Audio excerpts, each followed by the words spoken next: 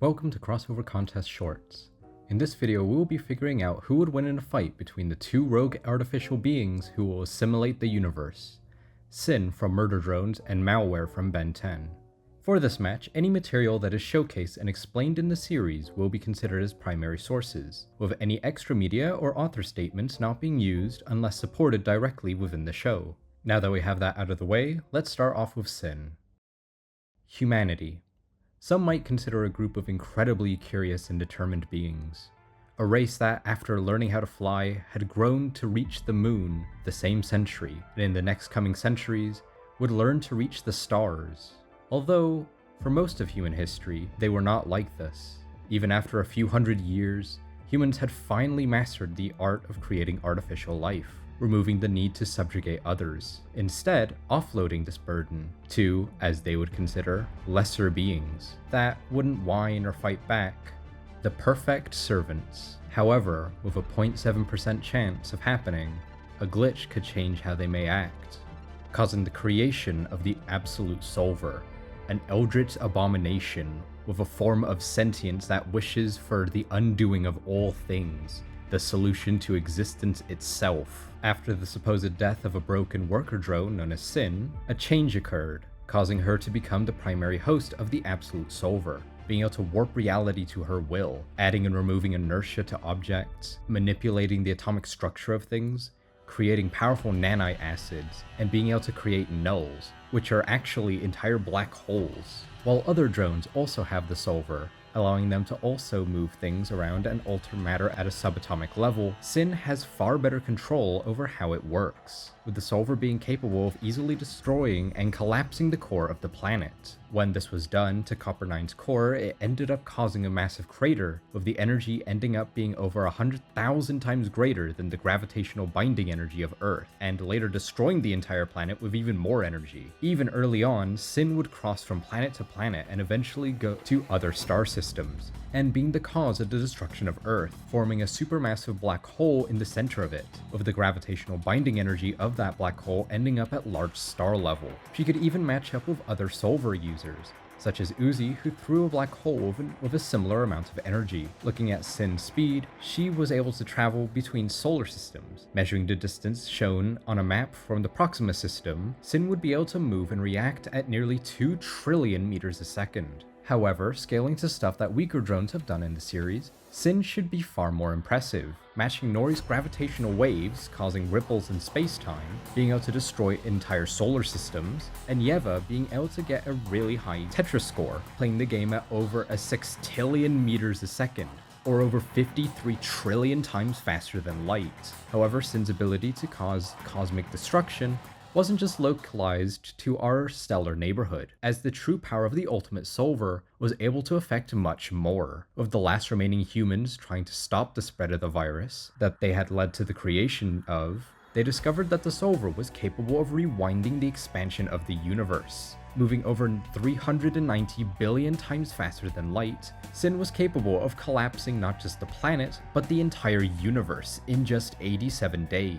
While a number of calculations have been made, reaching levels high enough to destroy multiple galaxies per second, the true extent of what the Solver's true goals were much greater, allowing Sin to assimilate with existence, not just destroying the universe but the fabric of reality it was on, and becoming omnipresent across the entirety of it. Although before she reached her true form, there was still hope, as Sin had a few weaknesses, such as strong UV radiation, and with enough time, an antivirus could be made to stop her influence on other drones. But her biggest weakness was actually her core. However, even after being torn out of her body, there are still multiple failsafes in case anyone tries to permanently assimilate or destroy it, with the core warping time around it and absorbing matter to recreate a body. And if that wasn't enough, the true form of the core isn't some tangible piece of metal, it's a black hole. It's fitting that at the end of the universe, a conscious, dense singularity with the hatred of all things would be created by one of the most cruel races in the universe.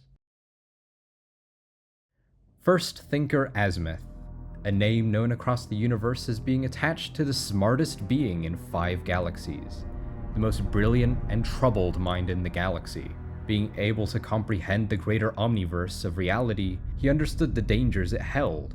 During his time, he had invented Ascalon, a sword that brought destruction to the homeworld of the Incursions. Troubled by this, he instead made a device to unify all races, the Omnitrix, Azimuth's greatest invention, according to all except one.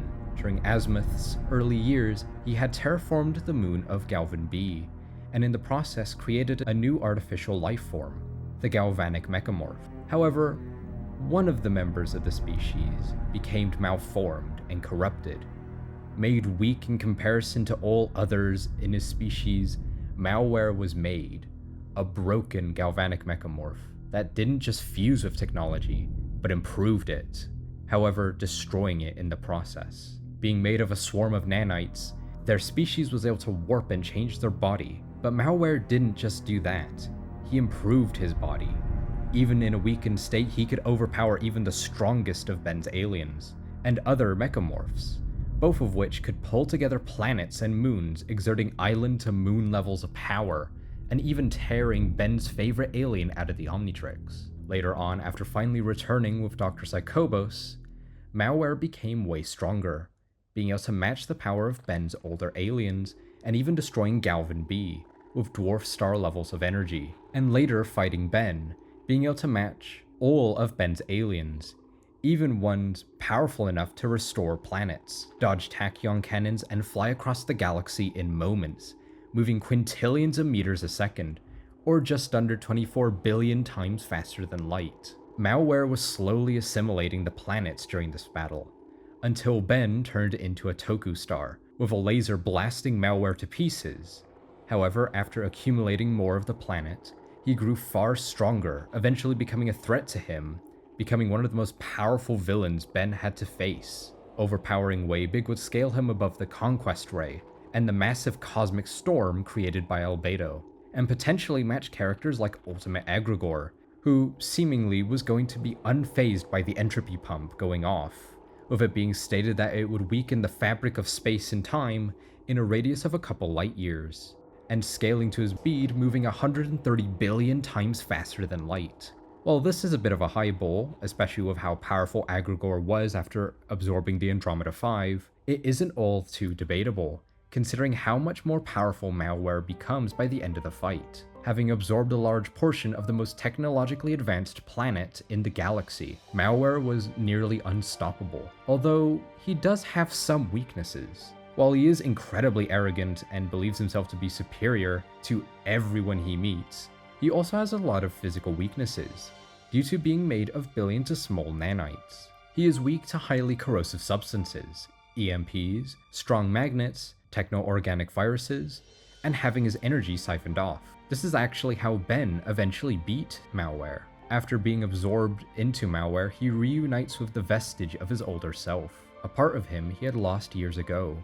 Unlocking feedback once again, and after amping himself on a Galvan battery, was able to overpower Malware and petrify him. While he does come back as a suit for Vilgax, Malware's reign ended here, as a faulty being who desired to be an upgraded life form by any means necessary, and in turn bringing an end to one of Azimuth's greatest failures. Now that we've gone through what both sides can do, we find that the winner is Sin. This might actually come as a bit of a shock to a lot of people. However, when you actually look at what both sides have, it becomes pretty obvious. Sin physically beats almost every version of Malware, with little to no effort except for his final completed form, which was only just able to be stronger while also being more durable. However, even in his fastest form, Sin massively beats him in speed, being able to physically move faster than him and react to anything Malware throws out, almost like it's in slow motion. The entire fight would have Malware constantly trying to land even a single blow, while Sin would be able to tear apart Malware's body easily, having multiple ways of doing so, such as creating a massive EMP, altering Malware at the atomic level, or just destroying him at a subatomic level with her black holes, which, while he might be able to escape due to his speed, would still cause serious damage, taking massive chunks from him. Although with his better technology, hacking ability, and healing, he should be able to stay in the fight long enough to absorb some more matter. This brings us to how either side would be able to actually win the fight. For that, we have to talk about their most powerful forms and powers. Sin's ability to cause a big crunch, even over such a long time, would still make her far more stronger than anything Malware could do, unless he used the entropy pump scaling. While the explosion would cause destruction on a level to destroy an entire galaxy, it could be scaled higher due to it being able to weaken space-time, similar to how Sin can stop the expansion of the universe. However, there are three main issues with this. For one, we don't know if Ultimate Aggregor actually scales to the entropy pump, due to his arrogant nature and lack of understanding, and the fact that he hadn't fully absorbed all the power off of it, insinuating that he might not actually know how powerful it actually truly was. Even if he did know how powerful it was, he is also more than fast enough to escape the explosion, after becoming more powerful, which would still make this statement correct. Even if all of that is accepted, scaling Malware to Ultimate Aggregor is incredibly divisive. But for the sake of it, let's give him the benefit of the doubt and assume he does actually scale to the entropy pump. Even if that was given, he would still be outclassed by Sin, who is still way faster and is still much stronger. Just because two characters are fourth dimensional doesn't mean that they are equal in strength, with one being able to weaken space-time over a few light years, while the other was able to undo space-time across the entire universe. It's safe to say Sin can output a lot more energy than Malware, even if not physically. Although stats only matter if Sin can actually completely destroy Malware. With his greater hacking ability and tech absorption, if Sin gets even a single piece of malware on her, she will slowly be absorbed. While she can remove parts of her body and grow them back, it's still a major weakness. She can fight at a distance, but Malware still has a chance to eventually land a hit, and once her heart is destroyed or assimilated, Sin loses, right? Well, there are a few issues. Even if Malware successfully absorbs Sin's entire body, Sin's failsafes will allow her to keep alive for much longer, being able to warp time around her, and allowing her, well, more time to absorb back some matter to make her body again. Being now much closer to Malware would also allow her to destroy him entirely with a black hole, her solver's telekinesis, or using those highly corrosive nanites. So that when time resumes, Malware will be absorbing nanites that will slowly kill off all of his own nanites, something he has nothing against, having a massive weakness to corrosive substances and techno-organic viruses. Even if Malware was able to move through Sin's time stop, he would have no way of interacting with or assimilating the Ultimate Solver's core, which is a black hole, something Malware has never shown the ability to be able to interact with, making the winner of this crossover contest shorts Sin.